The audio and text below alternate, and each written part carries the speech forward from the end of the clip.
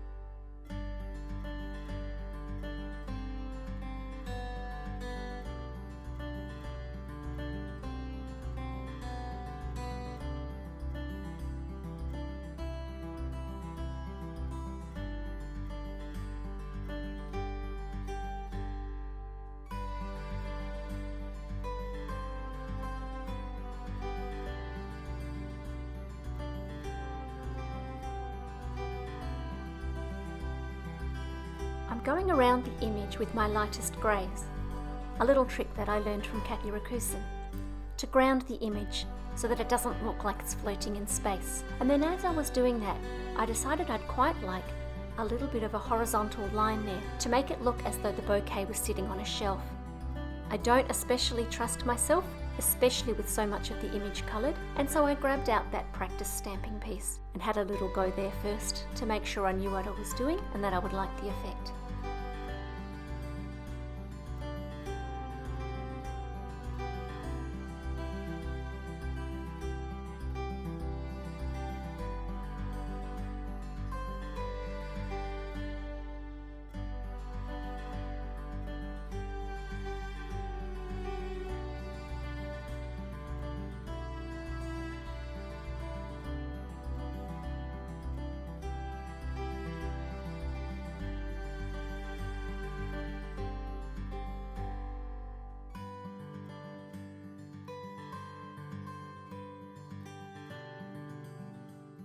Once the whole panel is coloured, I've cut that out with stitched rectangle die, and I'm going to stamp my sentiment. I'm not sure exactly where I want to put the image at this stage, and so what I'm doing is to stamp it onto a little piece of plastic, and then I can pick that piece of plastic up and audition the sentiment to work out where I'd like it.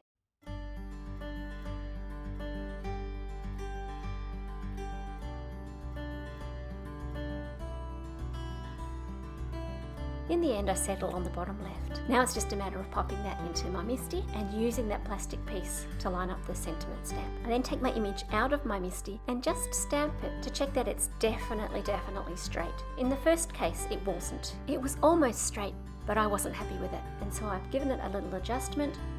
I flipped around my grid paper and stamped it again.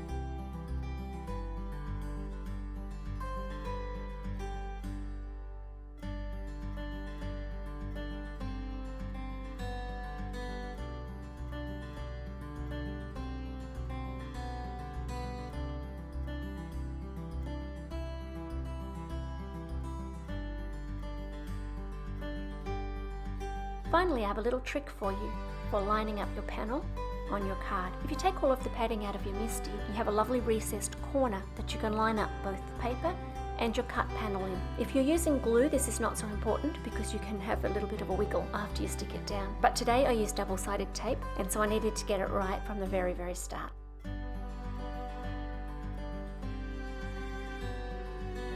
If you've enjoyed this video, feel free to give it a thumbs up and to subscribe if you'd like to see more.